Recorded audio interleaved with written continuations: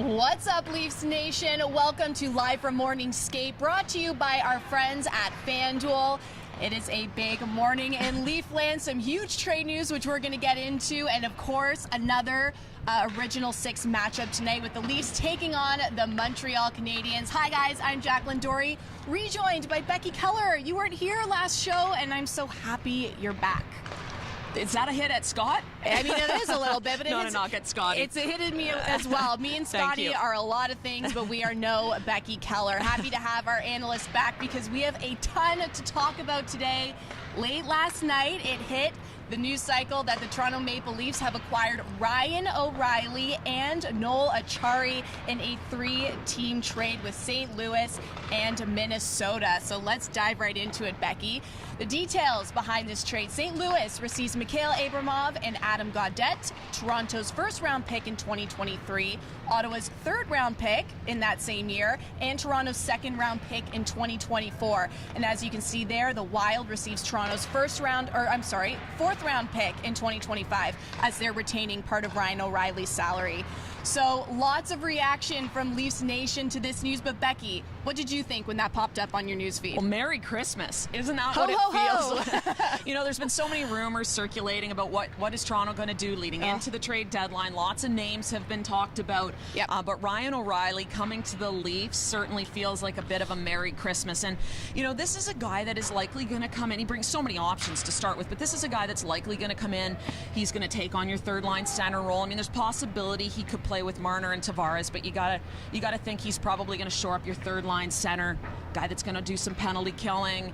Interesting to see where they slot him in terms of the power play, if he goes, you know, net front on the first unit or if they put him on the second unit. But there's just so many possibilities surrounding Ryan O'Reilly and what he's going to bring to the Toronto Maple Leafs. Yeah, so many opportunities skill-wise, but also just in terms of his experience. We're talking a 2019 Stanley Cup champion, a Selke winner, Conn Smythe winner as well. Like, I mean, we know that experience is important, but can you try and put that into context, just, you know, how much that brings to a team? Yeah, you can never have too much leadership in your dressing room, but now you've got a guy who's won the Stanley Cup, he captained the team, he won the Conn Smythe trophy, so he brings that experience and that ability to win into the dressing room, and that's just invaluable. Yeah, definitely an Ontario boy coming back home to Canada. Yes. I also wanted to mention he's got 14 seasons in the league, and you mentioned that leadership is priceless, but can you talk about that a little bit more and what he might bring to a lineup, to a team who's got a very, very charged season ahead of them? Yeah, well, this is a guy that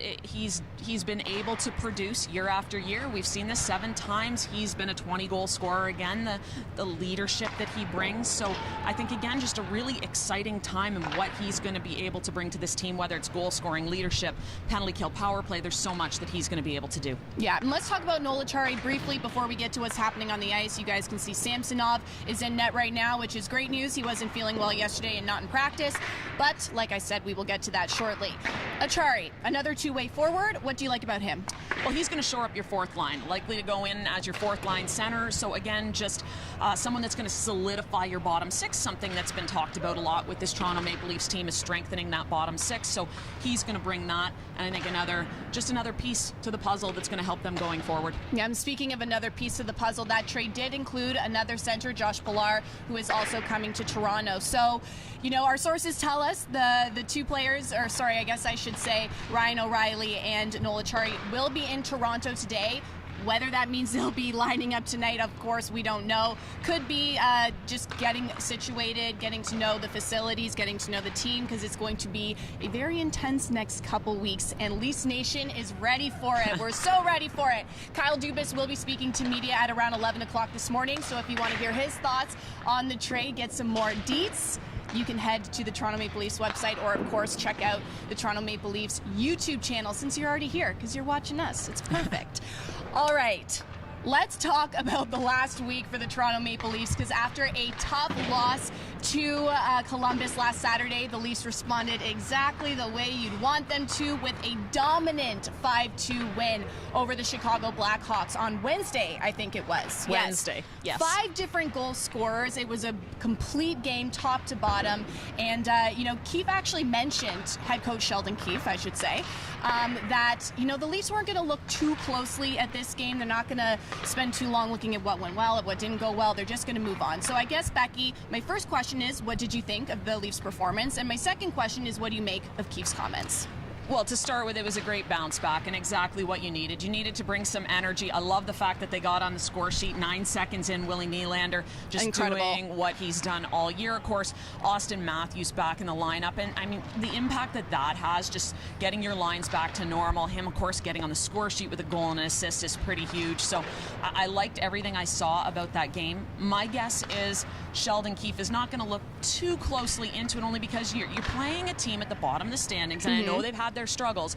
They're a team at the bottom of the standings that didn't bring a ton of energy to that game, so you take it for what it's worth and you move on and you focus on your next opponent. Yeah, well, you know, Coach Keefe might be ready to move on. I'm not yet. There's a couple things I want to relive, including Nylander's goal 9 seconds into the game. That was his 30th goal of the season, and he had his 6th three-point night that game. So just I feel like every episode we're talking about Nylander and what more and more he's bringing to the lineup. Well, and that just talks to his consistency this season, the fact that we really are talking about him all the time. 30 goals. He's on pace right now to beat his career highs that he set last season. You know, he's already got 30 goals. 34 was his high last year. So, you know, he's amazing. You watch him here. It's the skating, it's the puck handling, it's the ability to be strong on pucks. He really has done everything, and we saw him actually get a couple shifts on the penalty kill on Wednesday night, which is rare, but that to me says Sheldon Keefe is happy with the way he's playing defensively. It's much better. That's always been something he's worked to improve on, and it has been better this year. Yep, and you also mentioned, as we can see here, he's at 30 goals this season, like you mentioned, 64 points, on his way to another career high season. So always love what number 88 is bringing to the mix here in Toronto. And someone else I want to talk about before we move on, you mentioned it earlier, Austin Matthews making his return Wednesday night. A 2-point game for him, an assist, and a beautiful goal. You see he played for 16 minutes, and it didn't look like he was out for 3 weeks, Becky. No, he came back, he was refreshed, ready to go. Now, he did say the second game is going to be the tough one, but he's been on the ice. We've seen him here mornings prior to pregame skate, so getting his reps in. But this is a guy that he means so much to the team, and just having him back in the lineup, I feel like it puts everything back into place. Yeah. It gets your lines back to the way they were prior to his injury, and of course, just he's always a threat. And so I think there's that, and you're playing against him. The opposition always has to be aware of where he is on the ice, which means sometimes they lose track of other guys and they lose focus on other lines. Yeah, and Austin Matthews said before his return that the first game is always exciting. You got adrenaline, you want to get back out there and contribute, but that sometimes the second game back is a little bit harder. So we'll see what he's able to do tonight. All right, Becky, I also want to talk to you about the Maple Leafs blue line and what they've been up to lately. We've seen back-to-back games with goals from the defensemen, and if we look at the season, we've got 20 goals from the Leafs back end, and as you can see, there's some numbers up there. We've talked a lot about the Leafs defense. They've had, some ebbs and flows, but how would you say they're doing right now? Well, and this is, again, where you want them to be headed towards playoffs. It's not a decor that's been extremely offensive. Now, again, like you said, ebbs and flows. They've had a lot of injuries, guys in and out of the lineup, so there hasn't been consistency over a good chunk of the season because of that. But, Morgan Rielly gets his first goal on the power play, so first power play goal by a defenseman all season, so that's good. That's headed in the right direction. Connor Timmins has been a beast when he's been in the lineup. 13 points for him, and he's had a limited number of games. So, and again, Rasmus Sandin with his goal the other night as well. So it's headed in the right direction. You want to start to get a little bit of offense from your back end. Yeah, and speaking of the back end, Justin Hall will be back in the lineup tonight, and we'll take a look at what's happening in optional skate right now. Earlier today we saw, and I mentioned to you, Samsonov was taking some shots on net in the crease, so still no word whether he's feeling well enough to play in tonight's game. Like I said, sick yesterday, did not practice, but Erik Källgren was also taking some shots in net, I believe. So we've got some options, got some depth in the crease, so we'll see who gets the start tonight. Yeah, it'll be interesting to see. Källgren's here. I got to think it's in a backup role, so whether Samsonov is well enough to start or if Joseph Woll is scheduled to start tonight, we will find out. Yeah, anything else interesting you're noticing on the ice? I think we saw Michael Bunting out there. We saw some depth players as well. Yeah, Joey Anderson was out there. Look like some of your guys that maybe aren't going to be in the lineup tonight. Anderson, we're not sure of. I guess it'll depend, again, if O'Reilly is here. And then Michael Bunting getting some reps tonight for tonight. Amazing. All right, let's move on because February is Black History Month, so we want to highlight some influential Black athletes in the world of hockey. And today, we are going to highlight the Hamilton native Sarah Nurse.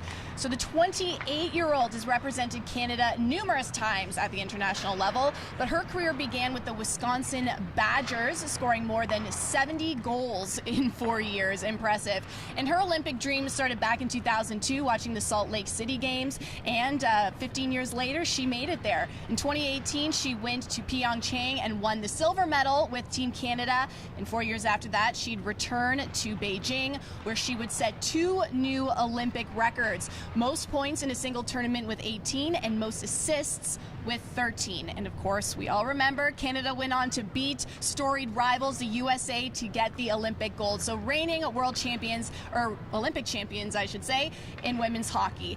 And of course, we all recognize Sarah Nurse from the cover of EA Sports NHL 2023. And you may remember a few weeks ago, she was at the NHL All-Star team and she pulled out the Forsberg and the internet lost its mind. So in so many different ways, both on and off the ice, Sarah Nurse is a trailblazer for women's hockey. Well, and what a family.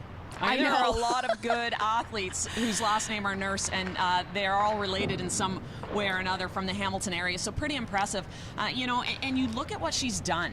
When you can come out of an Olympic tournament with the most goals and the most assists ever on a team that's had Haley Wickenheiser and Marie-Philippe Poulin. Yes. Pretty impressive. And the fact that she also has a Barbie doll made after her. Yes, she's one. And I mean, talk about visibility and talk about changing, the dreams of little girls who, don't think that they can be a hockey player or that hockey's an option for them. Well, you start playing with Sarah Nurse Barbie dolls, then that's the type of dreams that get planted there. Not your typical Barbie doll playing when you got a hockey playing Barbie doll in your hand. Be a little different. Probably a bit better.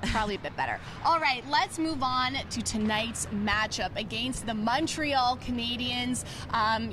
The Leafs still looking for a win over the Canadiens this season, despite the fact that they are lower down in the lineup, or sorry, not the lineup, rather, the league standings and really the division standings as well. What does Montreal manage to pull out whenever they're playing the Leafs? Well, let's be honest, it's a Leafs Habs Saturday night. So, this is a team that they're not making playoffs. They haven't had a great season, but they can get up for a game against Toronto, just like Toronto should be able to get up for a game against them.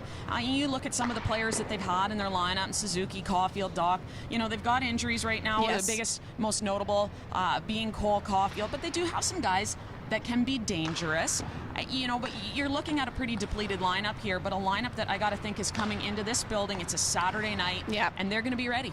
Yeah, they're the intangibles when you talk about a matchup like Leafs and Habs. You mentioned injuries, and Montreal's had a really bad season in terms of those, but really recently to their blue line as well. Arbor Jacqueline, Joel Edmondson, Caden Gooley all out, and Justin Barron left the game Thursday night after a big hit.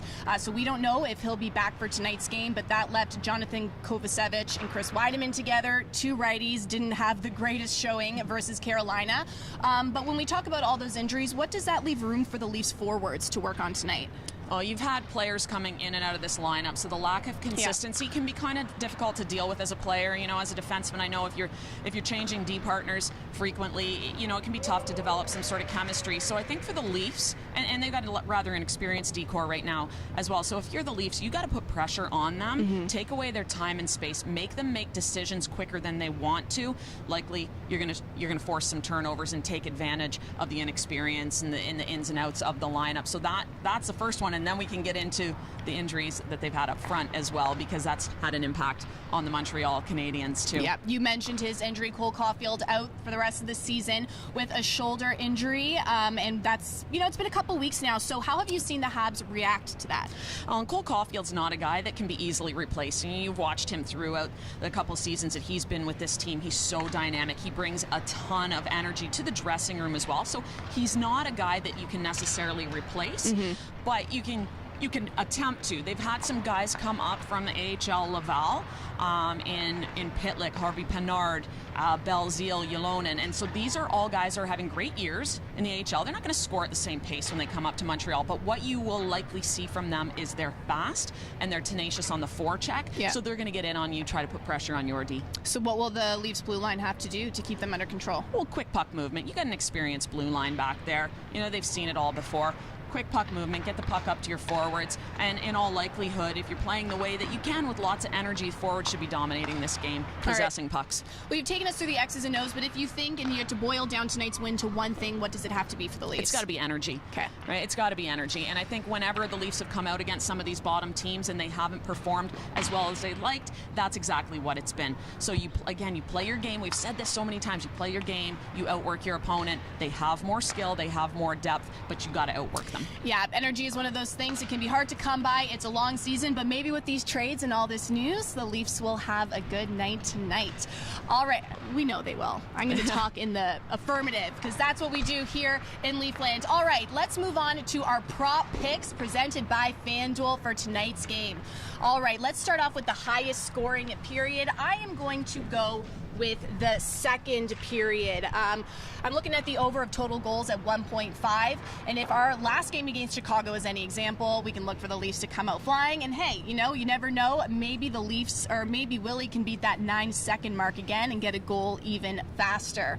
And then looking at the highest scoring period, oh, I'm sorry, I got a little mixed up there. I was looking at total first period goals the first time with 1.5, and for the highest scoring period, I'm going for the second period. There we go. The Maple Leafs have scored 75 second period goals, and 46 of those came on home ice.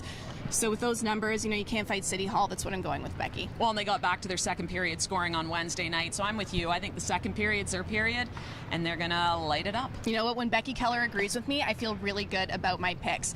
All right, guys, that is the show for you today. Puck drop is at 7 p.m. Eastern. You can watch the game on Sportsnet or on CBC, and then, of course, you can listen on the Fan 590. Another great matchup in Leafland. We got some new trades. It's a great time to be a Toronto fan. As always, I'm Jacqueline Doorey. Becky Kellar. And we will see you next time. Thanks for watching, and go Leafs.